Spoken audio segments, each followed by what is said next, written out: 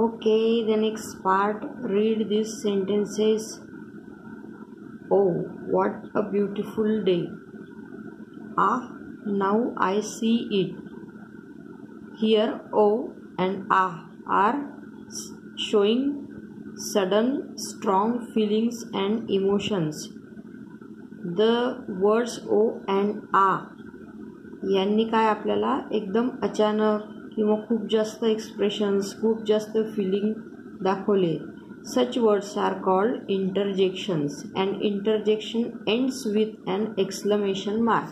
What is an exclamation mark? तर हे जे दिसतंय तुम्हाला हे दिलेलं याला म्हणतात एक्सक्लेमेशन मार्क. जर अशा एक्सक्लेमेशन मार्क हे इंटरजेक्शन्सच्या एंडिंगला असतं. The word that comes after an interjection begins with capital letter. महत्त्वाचा रूल आहे की हे इंटरजेक्शन आल्यानंतर हे जे सेंटेन्स सुरू होतं हे न्यू सेंटेन्स हे कॅपिटल लेटरने सुरू होईल. Because it is a new sentence starting here. आणि नवीन सेंटेन्सची स्टार्टिंग आपण कॅपिटल ठेवतो. डब्ल्यू कॅपिटल आहे, एन कॅपिटल आहे. आता आपण पाहूया सेंटेन्स कसे तयार करायचे. Fill in the blanks with the correct interjections from the brackets. Remember to use exclamation marks. Exclamation mark द्यायला विसरू नका. 2 ऑप्शन्स दिले त्यांनी. फर्स्ट सेंटेन्स आहे व्हॉट अ प्लीजंट सरप्राईज. आनंद झालाय. वाव आणि आउच असे 2 दिले. तर आपण आउच केव्हा वापरतो? जेव्हा आपण हर्ट होतो तेव्हा, आणि वाव जेव्हा आपल्याला आनंद होतो तेव्हा. म्हणून त्यांनी वाव एक एक्झाम्पल म्हणून फिलअप करून दिलं आहे आणि त्याच्यापुढे एक्सक्लेमेशन मार्कसुद्धा दिलं आहे. सेकंड सेंटेन्स आहे ग्रेट. ऑप्शन 2 दिले आहेत त्यांनी, ग्रेट आणि आउच. याच्यापैकी आपल्याला करेक्ट तिथे फिलअप करायचं आहे. I have hurt my food. जेव्हा आपण हर्ट झालेलो असतो तेव्हा आपण ग्रेट तर काही म्हणणार नाही, फार चांगली गोष्ट झाली बुवा. तर ouch is the correct answer. Dash dash I forgot my keys. आता तो कीज विसरलाय म्हणजे त्याला वाईट वाटणार आहे. Oh no I forgot my keys.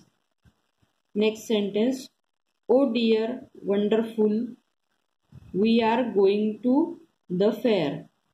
O dear असं जेव्हा आपण एखाद्याला काहीतरी सिंपती देतो तेव्हा म्हणतो. वंडरफुल आपण आनंदाने म्हणतो. So we have to write wonderful and give exclamation mark. Then start next sentence we are going to the book fair. आनंद आहे. खुश और हुर्रे. खुश केव्हा म्हणतो आपण? जेव्हा एखादं काम झालं की आपण रिलॅक्स फील करतो की झालं बाबा एकदाचं. आणि हुर्रे, हुर्रे आनंदाने म्हणतो. Our summer vacations begins today. आनंद झाला आहे, समर वॅकेशन सुरू झाले. ज्याचे त्याचे प्लॅन असतात समर वॅकेशन्सचे. So hurray our summer vacation begins today. Dash dash this bicycle is just what I wanted. Great आणि ओ नो असे 2 ऑप्शन्स दिले. तर ओ नो म्हणजे निगेटिव्ह फिलिंग आहे. आता त्याची बायसिकल ही त्याला हवी तशी आहे म्हणून तो म्हणतो great. This bicycle is just what I wanted.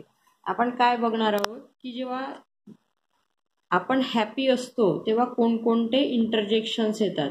तर फर्स्ट एक ग्रेट, पुढे एक्सक्लेमेशन मार्क द्यायचं. नेक्स्ट सेंटेन्स जे सुरू करणार आहे आपण त्याचा फर्स्ट वर्डचा फर्स्ट लेटर कॅपिटल ठेवायचा.